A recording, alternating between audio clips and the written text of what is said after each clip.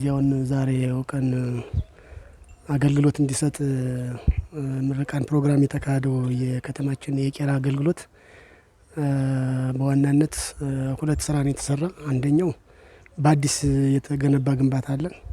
በአዲስ የተገነባው ግንባታ እንደምታዩት የማሶነሪ ግንባታ የምናየው አጥር ነው። ይሄ በሩን የምታዩት አዲስ ነው። እንደገና ያቆምንበት የሬዳሽ በአዲስ የተሰራ ነው። ሌሎቹ ደግሞ የውስጥ ላይ የእርድ አገልግሎት የሚሰጡ የከብቶች ውሃ መጠጫ ጥገና ተካሂዷል። ውስጥ ላይ ያሉ በሮችም ጥገና ተካሂዶላቸዋል። በተጨማሪ የኢንስታሌሽን ስራ ተሰርቷል። በተለይ የመብራት አገልግሎት ውስጥ ለውስጥ እንዲሁም የውሃ ቧንቧዎች እንዲሰሩ ተሰርቷል። ከዚህ በተጨማሪ የፈሳሽ ማስረጊያውና እንዲሁም ደግሞ የደረቅ ቆሻሻ ወይም ደግሞ ሶሊድ የሆነ ቆሻሻ ማቃጠያው እንዲጸዳ ተደርጓል። በአጠቃላይ የክሊራንስ ስራ ክሊር የማድረግ ሌብል የማድረግ ስራ የተሰራበት አግባብ ነው ያለ። በከተማችን ያሉ ሁለት ኢንተርፕራይዞች ከተመለመሉ በኋላ ለነሱ የተሰጠበት አጋጣሚ ነው ያለ። ውሉን በተመለከተ ለ45 ቀን ነበር የሰጠናቸው። ነገር ግን እነሱ በ38 ቀናት መጨረስ ችለዋል።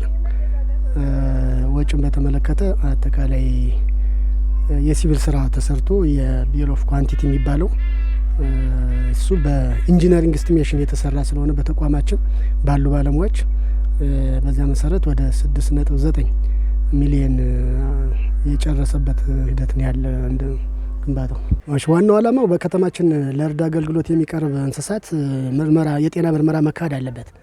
የጤና ምርመራ የሚካሄደው ደግሞ የጤና ባለሙያ ስላለ በተቋማችን። ስለዚህ እዚህ የቄራ አገልግሎት የሚጠቀሙ ግለሰቦች ብቻ ሳይሆኑ በጋራ የሚታረዱ ከብቶች ሁሉ ከቄራ ውጪ እንዲታረዱ አንፈቅድም። ከነገ ጀምረን ለህብረተሰቡ ግንዛቤ እንፈጥራለን። ግንዛቤ ከፈጠርን በኋላ በግንዛቤው መሰረት ወደዚህ የሚመጣ ህብረተሰቡ ነው ያለ ያስቸግረናል ብለን አንወስድም። ስለዚህ ከብት እዚህ ይገባል፣ ይመረመራል፣ ወደ እርድ አገልግሎት የሚሆነው አግባብ እንዲሰራ ይሆናል።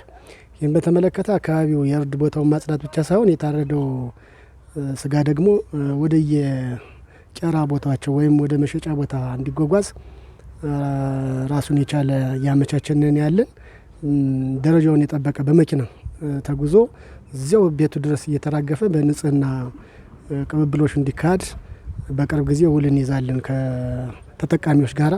ይህንን ሊያቀርቡ የሚችሉ ግለሰቦች ወደኛ መጥተዋል በተቋማችን።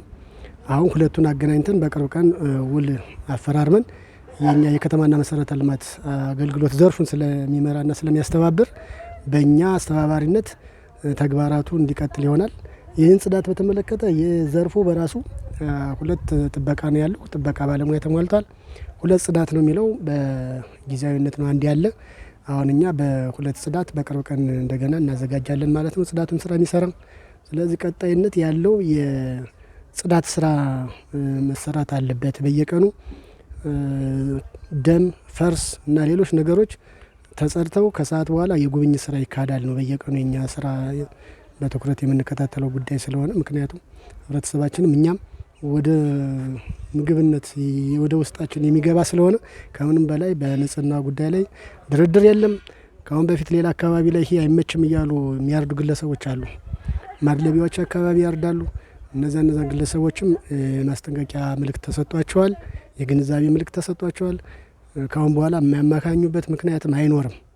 እንደምታዩት ሰፊ ነው ቦታው። ሰፊ ብቻ ሳይሆን ጽዳቱን የጠበቀ ነው። እዚህ እንዲያርዱ ነው የምንፈልግ።